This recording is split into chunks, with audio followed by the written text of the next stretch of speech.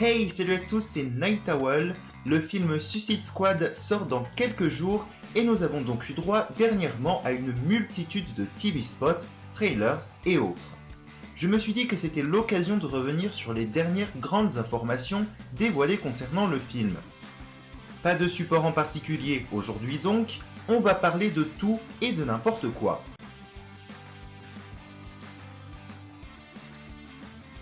Commençons par Harley qui sera sans nul doute la star du film.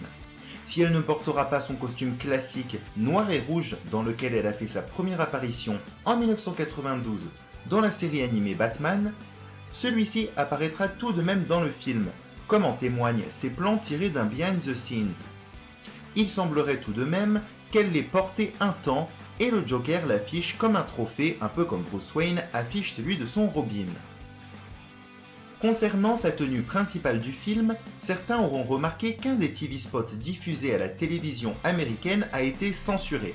Voilà, ça c'était l'information essentielle. Personnellement, je trouve ça toujours moins intéressant que de savoir que Captain Boomerang aime les licornes roses. La vidéo promotionnelle et l'extrait où elle rencontre Harley montrent que Katana s'exprimera uniquement en japonais, ce qui est intéressant et devrait constituer un atout pour le film lors de sa sortie en Asie. Sinon, l'extrait confirme qu'elle aura bien un lien à découvrir avec Rick Flag et la conversation confirme que sa lame aura, comme dans les comics, la capacité d'emprisonner l'âme de ceux qu'elle tue. Le terrible King Shark a failli faire partie de la squad, mais le réalisateur ne se sentant pas à l'aise avec un personnage entièrement numérisé, il a choisi de se tourner vers un Killer Croc avec des prothèses. J'espère cependant voir King Shark dans le DC Extended Universe un jour. Je l'ai trouvé formidable dans la série The Flash, malgré son budget. Et puisque l'on parle de Flash, le bolide rouge de DC Comics, celui joué par Ezra Miller bien sûr, sera présent dans le film.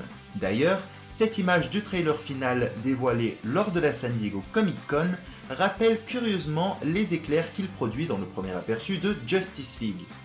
Sa présence, qui n'est pas étonnante étant donné que Captain Boomerang est un de ses principaux vilains, a été confirmé quand on a appris que Ezra Miller était crédité dans le film. Certains s'inquiètent du fait que Ben Affleck, de son côté, ne soit pas crédité dans le film, alors que clairement Batman apparaîtra.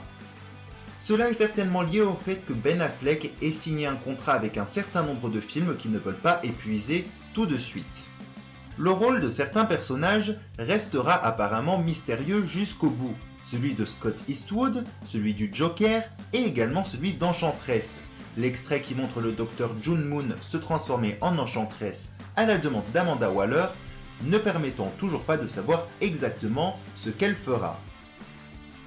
C'est un des gros atouts de Suicide Squad, malgré son marketing agressif, on ne sait que très vaguement à quoi s'attendre. Un exploit quand on voit cette tendance pénible qu'ont les blockbusters à tout révéler dans leurs multiples bandes annonces. Finalement, ma plus grande surprise reste l'annonce d'une scène post-générique. Vous connaissez les films Marvel Studios, 2 scènes cachées, une au milieu et une à la toute fin du générique. Eh bien, il se trouve que Suicide Squad, contrairement à Man of Steel et Batman v Superman, aura également droit à une scène cachée au milieu de son générique de fin. Son contenu reste une surprise.